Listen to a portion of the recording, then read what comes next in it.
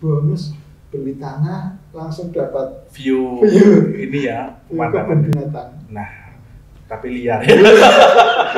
Tapi liar. Beli tanah dapat kebun binatang, bonus macan. Nah itu. Bonus kera itu.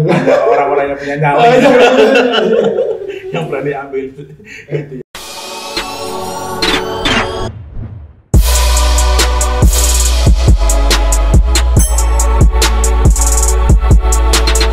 Oke, kali ini bintang tamu saya bukan main-main, dia adalah seorang CEO sekaligus founder dari PT Gardenia Group, Pak Ahmad Masruri. Apa kabar, Pak Bos? Kabar baik. Sehat ya? Sehat, brigas, waras. Mantap. Ini yang selalu selalu image ya dari Pak Masruri ini, spiritnya, semangatnya begitu luar biasa. Pak Masruri, yes. Bagaimana nih kalau kita mau ngobrol seputar dunia properti dan perkaplingan di Pekalongan dan sekitarnya? Pada saat kemarin mengalami pandemi ya, COVID-19, apakah berpengaruh juga pada iklim perbisnisan di Gardenia Group? Ya, oke, terima kasih Mas Wahyu. Terima kasih untuk podcast kita bahas. Link kita ya. Oke. Yeah. Atas undangannya. Gini Mas Wahyu. Ya. Kalau kita bicara COVID-19 ataupun corona, pandemi dan sejenisnya itu, menurut saya mungkin bukan hanya properti dan gardenia saja yang terimbas, bahkan sampai anak kecil kita pun kena imbasnya karena dari ini pola perubahan secara masif. Jadi kalau bicara terdampak ya jelas. Kalau kita bicara tentang properti, kita bicara tentang kolam besar, Pak. Kolam besar. Walaupun properti itu masuk dalam 3 kategori kebutuhan manusia kan? Iya. Kebutuhan sandang, pangan, papan. Lah, era pandemi ini yang sedang berlangsung dan semoga besok selesai sih Pak Wahyu. Harapannya kita sudah masing-masing juga semuanya saya lihat baik pemerintah maupun swasta itu sudah agak kelelahan. Ya. Ini kalau bicara terdampak semua. Cuman memang yang terpenting dari kita pelaku usaha terus kemudian entrepreneur pada umumnya itu ya saya bilang adalah cara pandang saja. Kalau cara pandang kita seperti ini terus kita down dan kita menyerah, kita lari dan seterusnya ya berarti kita nggak lulus dong menghadapi perubahan. Karena sebenarnya di bisnis itu bukan kompetitor yang kita hadapi, bukan konsumen saja yang kita hadapi, bukan hanya produk terbaik saja yang kita hadapi, bukan ide saja yang kita hadapi, bukan modal besar saja yang kita persiapkan, tetapi cara pandang itu menurut saya itu juga penting.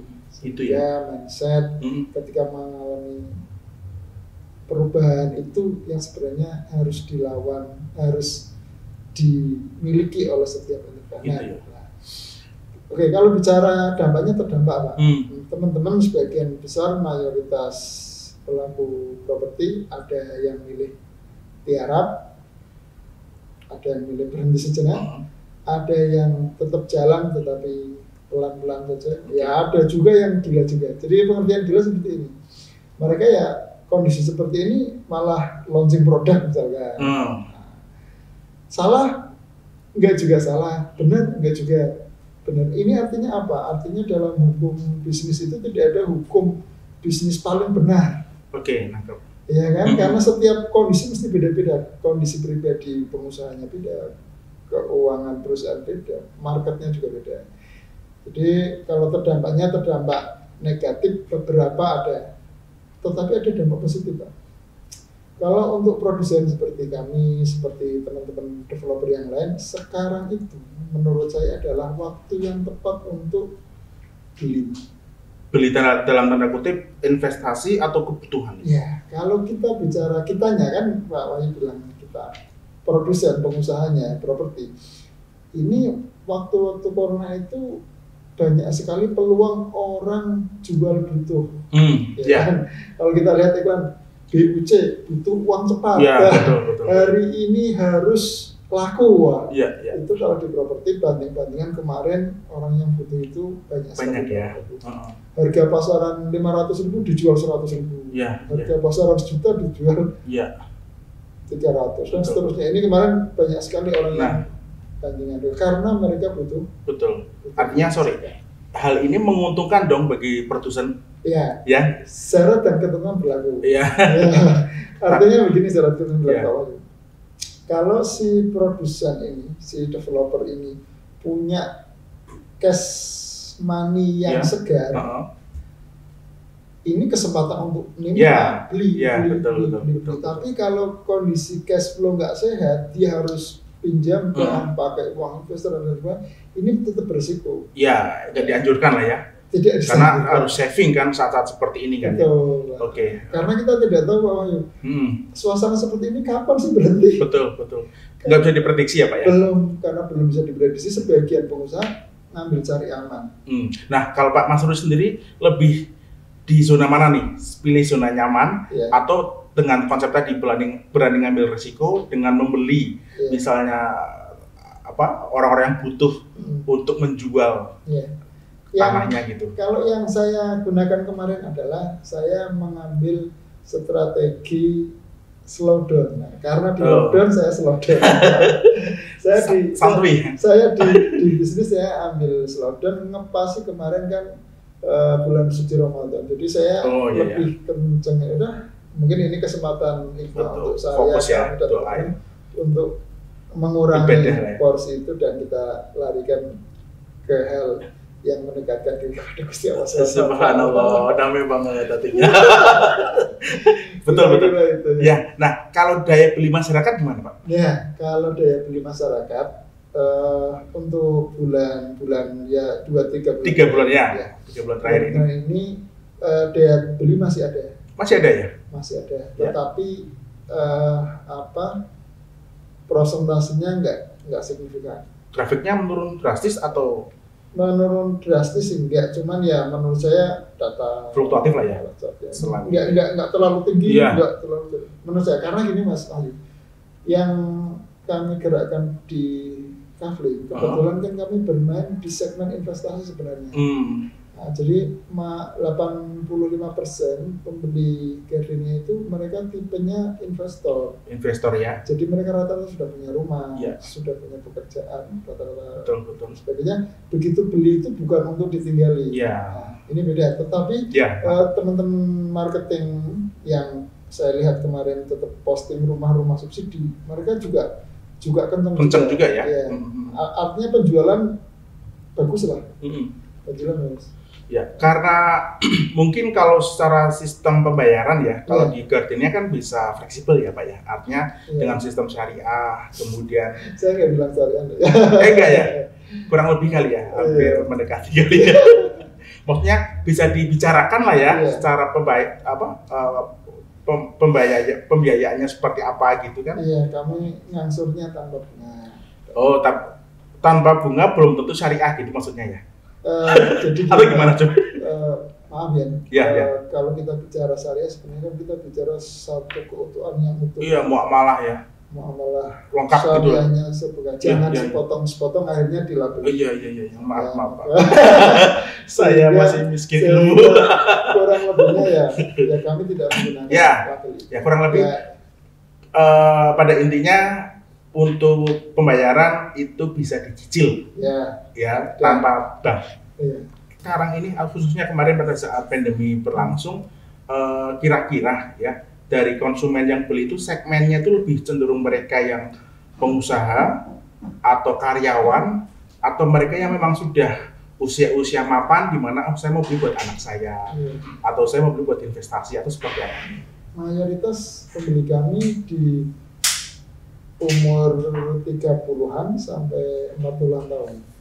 Jadi saya lihat masa-masa produktif produktif, terus kemudian mayoritas sudah punya pekerjaan tetap seperti ASN, seperti bekerja di bank atau bekerja di lembaga keuangan. Gitu ya. Seperti itu. Nah, planning ke depan nih menghadapi ini Pak, new normal nih. Dari teman-teman manajemen kemudian dari marketing khususnya ya, Yes. strategi apa nanti yang akan digunakan Pak? Ya. Apakah mau balas dendam karena 3 bulan mungkin penjualannya jauh dari target atau seperti apa nih? Iya, oke. Jadi yang jelas, insya Allah kami menyiapkan inovasi-inovasi baru di marketing. Tapi kalau kita bicara strategi, itu kan sebenarnya hampir sama dengan kayak kita mau perang, Pak. Oke. Kalau strategi itu kita buka, nanti orang ketahuan, Pak. Oh, jadi itu nggak mau di-share ya? Iya. Kita kasih tahu ya, nanti strateginya kalau sudah kita pakai berhasil dan gagal atau ada ya, baru kita bicara. Oke, siap. Oke, gitu. Tapi memang potensi properti masih bagus ya? Insya Allah selama ada pernikahan, selama ada anak orang punya anak, garis keturunan, waris dan seterusnya, insya Allah properti masih ya. Masih. Oke, selama orang butuh hunian, insya Allah properti terus berjaya. Nah, gini deh sekarang, yang membedakan antara propertinya Pak Masruri dengan propertinya lain apa sih selain tadi sistem pembiayaan yang bisa dicicil itu? Jadi gini Mas, sebenarnya developer itu tugasnya bagaimana menghidupkan yang mati, meramaikan yang sepi. Itu filosofinya developer. Kurang lebihnya itu sebenarnya. Tanah, kebun, mangkrak, setannya banyak, jinnya banyak beranak di situ.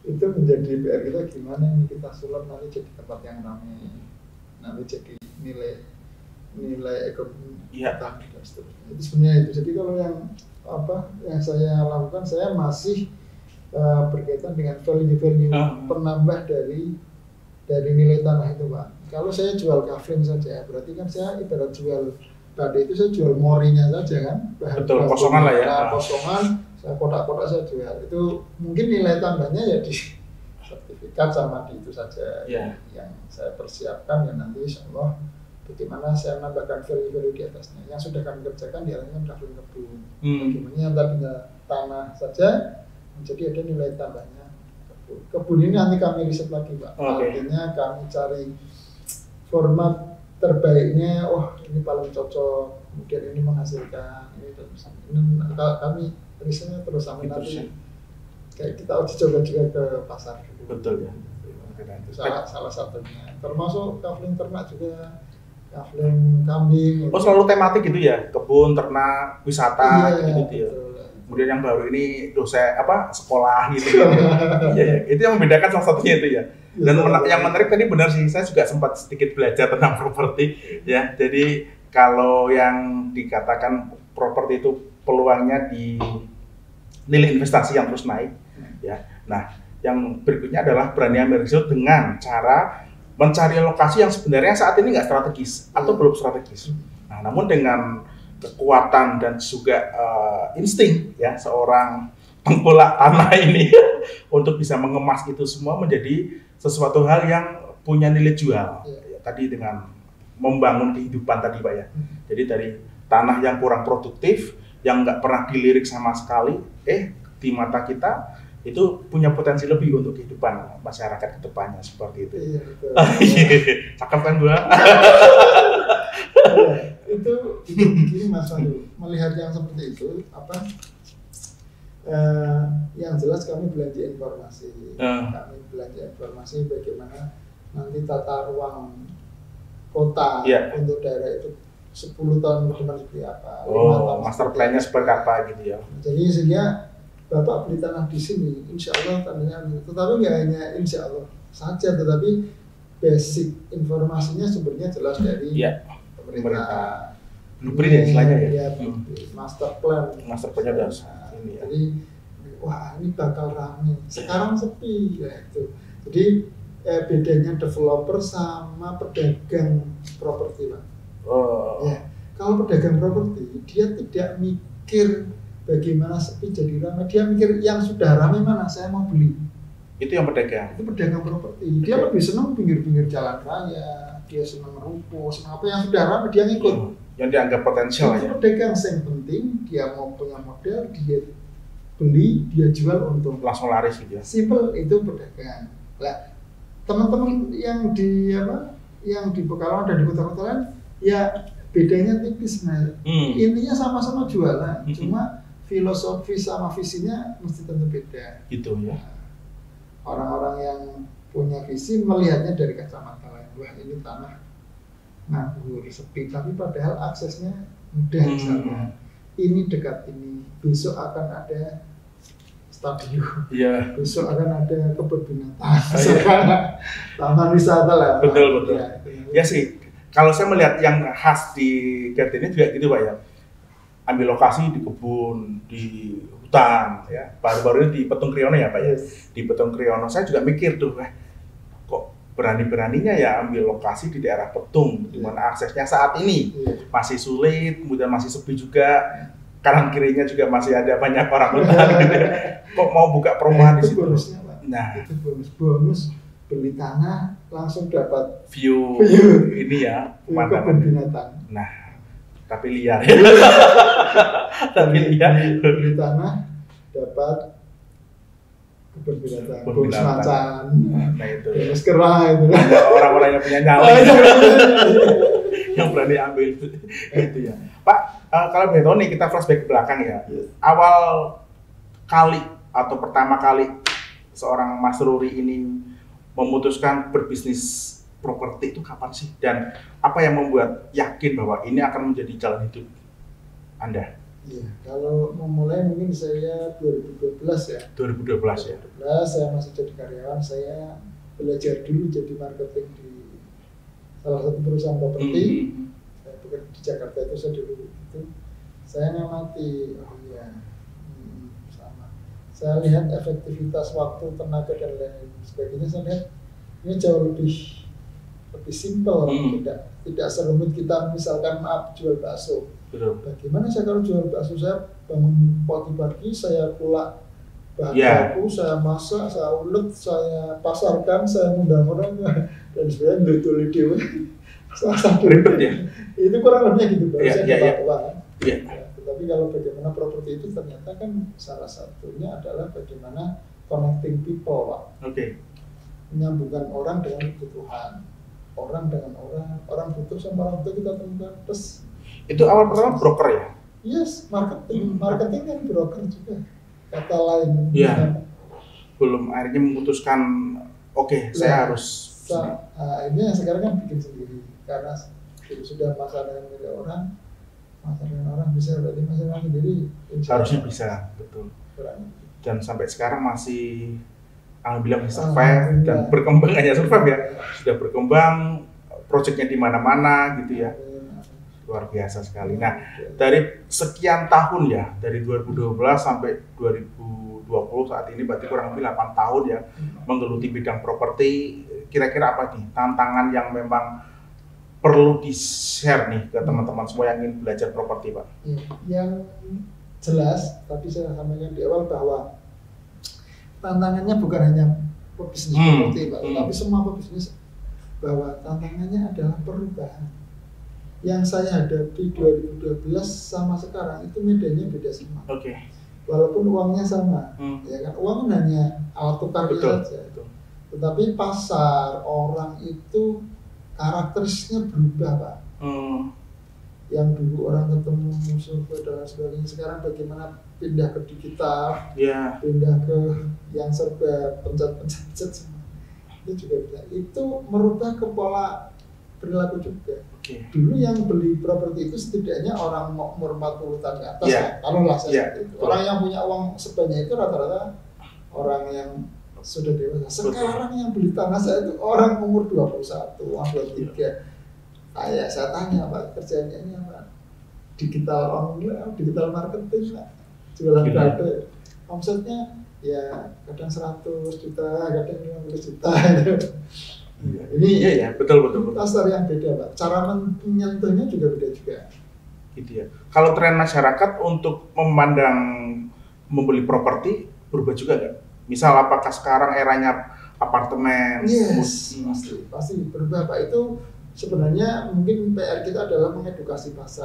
Mengedukasi pasar itu ya berjenjang sih. Orang yang baru punya uang berpenghasilan di awal-awal itu mungkin mengedukasi mereka bagaimana agar punya rumah secepatnya, agar tidak kontrak, agar beli rumah ke kita, itu kan nanti seperti itu.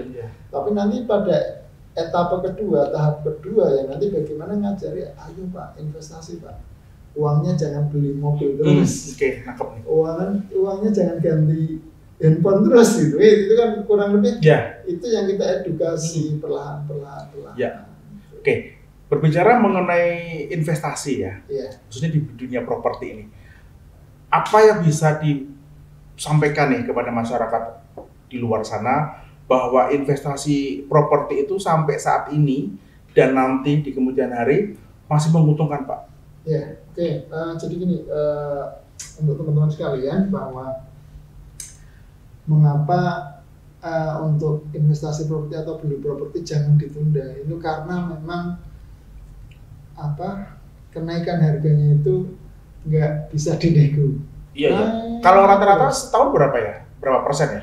Macam-macam Pak. Kan ada yang di pinggir jalan raya, ada yang masuk, ada yang jalan kecamatan, jalan itu rata-rata sih kalau di yang saya alami ya, itu antara 10 sampai 30. Saya pernah kenaikan sampai 50% pernah, 100% juga pernah.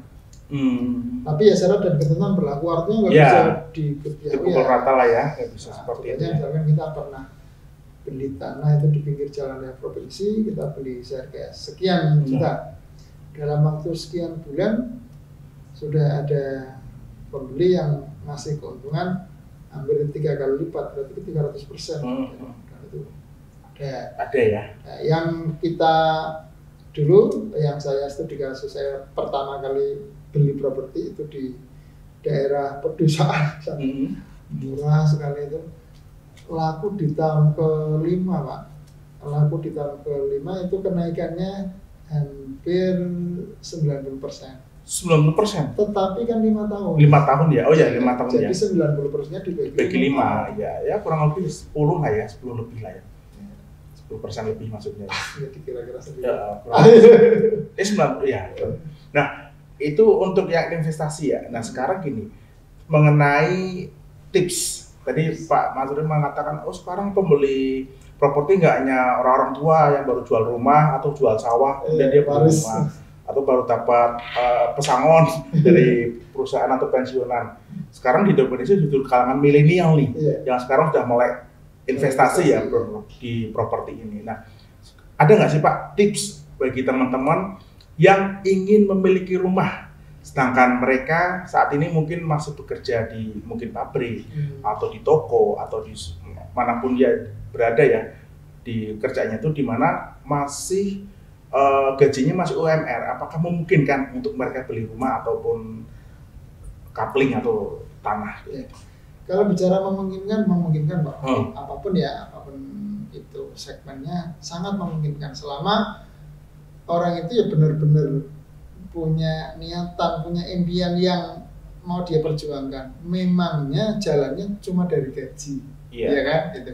Seringkali kan kita nge-framing dulu, aku gajinya semene Pak, aku sebenarnya dianya sudah membatasi rezekinya sendiri seperti itu. Padahal caranya banyak sekali Mas. Misalkan gini, UMR Pekalongan berapa Mas Wahyu? Aduh, saya lama nggak jadi karyawan ya. Kurang lebih ya, hampir 2 juta kali ya, kurang lebih ya. 2 juta Pak Wahyu. Rasio untuk investasi adalah maksimal 40% ya? 30% ya. 30% dari 2 juta? Aduh, ini ya sekitar 600 ya. Udah tahu nanya lagi. Kata saya nih. Jadi kurang lebih 600.000 Mas. 600.000 ya. Jadi tinggal yang bersangkutan ini anak milenial ini apakah mau sumbernya satu-satunya dari situ saja atau mau ngambil alternatif income yang lain. Kan sekarang banyak sekali alternatif income. Ya. Di antaranya seperti yang ada di kami kan ada fasilitas bayar get bayar. Ya, jadi dengan beli 1 kali, setelah beli 1 kali, jenengan ngajak temannya, ngajak sedulur, ngajak keluarga dan sebagainya untuk ikut ambil. Dari pembelian itu kan Anda dapat komisi. Komisi ya. Komisinya kalau sekali misalkan taruh 1 juta. Gajinya paling tinggi loh, komisinya 30% loh. keras. Agak apa? Nanti di skip yang ini. itu saya bilang, itu Anda bisa memiliki properti dari properti kan? Ya. Coba Mas Wahyu misalkan, oke, sekarang Mas Wahyu ambil perumahan HPLPP. Ya. Subsidi ya. Subsidi 135 juta. Setor angsurannya 900.000. Ya kan? Mas Wahyu begitu ambil satu, ngajak temennya, ya nego, bicara sama developernya bisa kan? Bisa banget. Tinggal Pak, saya ikut bantu jual kan bisa? Oh bisa, yang penting orangnya kesini lolos BI checking, lolos urusan pembayaran biar aman ya. Nah, kalau satu orang taruh lah, ada 1,5 juta fee-nya Pak Mas Wahyu. Mas Wahyu tinggal kalikan aja, berarti kalau saya sampai lunas, saya perlu menghabiskan 200 unit. Ya. 200 unit saya jualan, saya bisa punya rumah ini. Itu contoh saja. Salah satu contohnya itu satu contoh. Salah duanya adalah ya Anda beli kafling yang ngangsur tambah bunga seperti di Gardenia 10%. Itu gitu contoh ya. gampangnya kan, ambil dulu tanah, ngangsur sesuai kemampuan. Ketika nanti lunas, harga tanah akan naik kan? Nah, bisa Mas Wahyu jual untuk beli rumah atau bangun rumah. Iya, bangun rumah. Ini yang diperhatikan beberapa orang finansial itu belinya biasanya 2 Mas Wahyu. Beli kafling 2, jejer, nanti cari yang ngangsur. Ketika sudah lunas, yang satu dijual. Dijual untuk membangun rumahnya kafling itu ya. Salah satu strateginya gitu ya. Oke. Artinya memang kalau memang sudah ada kemantapan niat ya, kita mau beli rumah ataupun tanah atau apapun bentuknya itu untuk tempat tinggal di masa mendatangnya, ada solusi pasti Pak ya. Dan dari pihak developer pun juga pasti akan memberikan advice kan kepada para pembelinya dengan kemampuannya mereka gitu kan. Solusinya seperti apa, misal pembayarannya bisa dibicarakan lah pokoknya Pak itu ya. Makanya kalau teman-teman di luar sana yang mau beli kafling, beli ke Gardenia. Saya dapat berapa persen? Sok minta. Oke Pak. Yes. Ada nggak sih harapan ataupun impian terbesar seorang Pak Masruri ini di bawah benderanya Gardenia Group? Yang menjadi impian terbesar Gardenia ke depan apa sih Pak? Ya, kalau saya masih konsisten sih Pak di penjualan 10.000 kafling. 10.000 kafling ya? 10.000 unit ya. Artinya gini teman-teman, 10.000 itu ya itu bukan angka tamak ya atau angka rakus, tapi itu kalau kita lihat seorang pilot itu kalau terbang sudah 10.000 jam berarti kan dia sudah expert, dia sudah ahli, sudah mahir. Itu pun ingin kami peroleh agar kami sebagai pelaku ekonomi properti terutama mencapai angka 10.000 itu agar bisa kami capai. Nah, tentunya nanti variannya enggak melulu kafling, melulu ya kan, nanti ada rumah, apartemen, hotel, sekolah, wisata, makam. Sekarang di Jakarta laris ya Pak, tanah makam ya dengan konsep yang modern gitu kan juga dan mahal-mahal gitu ya. Itu juga bisa jadi peluang juga tuh. Idenya dari saya nanti 20% ya realinya. Berarti nanti gambar iklan kafling makam Mas Wahyu. Saya nanti brokernya aja. Siap Mas. Jadi impiannya itu Pak ya 10.000. Iya, saya simpel. Saya ini berapa nih? Ya. Cepat gitu nggak sih? Yang hitungnya nggak ditelok. Biar dihitung sama mana jumlahnya pusing nanti kalau kurang lebih 1.000 ada ya? Ya kurang lebih. Ada ya sudah. Berarti tinggal dikit lagi dong. Ya 10.000 masih 9.000-an. Masih enteng lah, bisa lah. Nah, amin. Yuk, Allahumma fir. Begitu Pak ya, artinya memang meskipun dalam kondisi seperti ini tetap ya impian itu tetap terus dibangun ya Pak ya. Iya. Apapun kondisinya ya. Mimpi itu menurut saya tetap dibangun Pak. Yang yang boleh berganti itu caranya. 10.000-nya itu ingin tetap saya terus, perjuangkan. Cuma cara ini mentok kan masih ada cara B. Cara B mentok ada C, D, E, F, G. Oke Pak, saya menarik kemarin ketika Gardenia mengeluarkan produk perumahan. Ya, perumahan bukan subsidi sih. Cuma rumah kecil lah ya, tipe-tipe kecil ya, 30, 45 gitu-gitu ya. Nah, peralihan dari coupling kemudian ke rumah, next mungkin ke apartemen, hotel dan seterusnya. Ada nggak sih perbedaan Pak secara teknis ataupun yang lainnya? Pasti, perbedaan pasti. Yang jelas main di perumahan klaster ataupun residensial, kemudian real estate itu dari sisi proses jauh lebih lama Pak. Lebih lama? Lebih lama. Untuk ngurus tanah 5.000 meter itu butuh beberapa bulan, mungkin bisa tahun sampai izinnya keluar. Betul. Ya. Berarti yang perlu kita siapkan adalah manajemen cash flow. Kalau cash flow-nya belum sehat, saya sarankan jangan. Iya. Siapapun lah, artinya teman-teman pengusaha jangan asal nekat. Kalau asal nekat terabas, ujungnya yang dikorbankan nanti konsumen. Misalkan izin belum turun, sudah jual, sudah bangun, tahunya tanah itu bermasalah, sengketa, izin nggak turun, dibongkar, kan kasihan. Nah itu maksud saya. Itu kalau mau main di perumahan, siapkan mental, siapkan diri, siapkan cash flow yang sesehat mungkin. Oke. Nah dengan adanya 2 proyek ini ya, menurut jenengan paling enak yang mana? Coupling atau perumahan? Jadi semuanya punya karakteristik masing-masing. Kalau saya bilang ada enaknya, ada tidaknya. Semua. Oh gitu ya? Iya. Kalau profit lebih tinggi mana? Profit coupling atau perumahan? Gurih semua ya. Iya. Kalau cash uangnya lebih cepat mana? Oke, kalau uangnya lebih cepat perumahan. Perumahan lebih cepat ya? Karena kalau yang tanah kan kami angsurnya sampai tahunan. Kalau yang ini kan saya maksimal 12 bulan. Iya. Kalau tidak mampu ya silahkan mencari perbankan yang support ke dia. Kalau modal lebih tinggi mana? Coupling atau perumahan? Sebenarnya ya perumahan lah. Lebih tinggi perumahan ya? Karena biayanya kan nggak hanya tanahnya saja, tapi perizinan dan sebagainya. Oke, nah sekarang terakhir, lebih prestis mana? Kalau kita bicara prestis, mungkin orang lihatnya kan fisik ya. Iya. Kalau lihat fisik, orang lihatnya mungkin yang tampak Mas. Karena sebenarnya developer itu salah satu esensi pekerjaan adalah membangun peradaban. Iya. Jadi kalau saya bikinnya coupling, saya belum membangun peradaban. Betul. Saya hanya menata peradaban. Kotak-kotak tanah saja kan. Tapi kalau rumah itu kita mikir bagaimana nanti ada musola, bagaimana ada nanti jalan bisa lewat, penerangan dan lain sebagainya. Itu kita atur sedetail mungkin. Memikirkan sedetail itu ya, dekat dengan fasilitas umum apa gitu-gitu ya. Oke.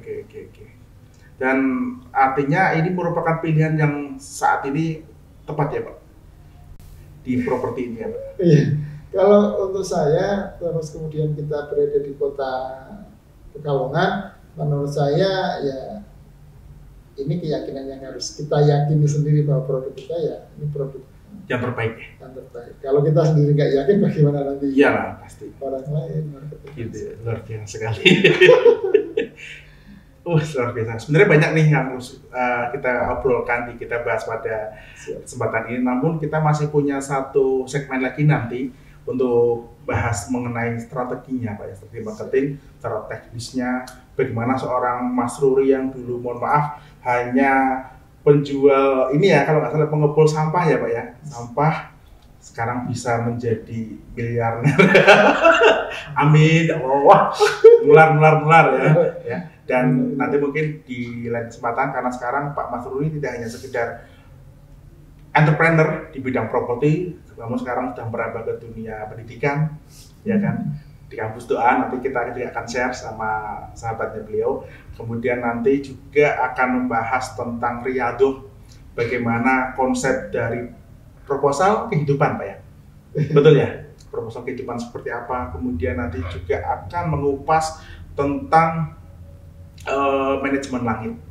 Nah ini yang perlu kita bahas di pertemuan selanjutnya Pak. Mudah-mudahan nggak kapok ya kita mengadakan studio ini ya, agar bisa berbagi manfaat lah untuk yang lain. Selagi terima kasih. Apa yang dilihat? Kelihatan terus. Kelihatan terus ya. Makasih kakak. Oke, kita ketemu lagi di lain kesempatan. Terima kasih, sukses selalu, brother. Yes. Siap. Thank you.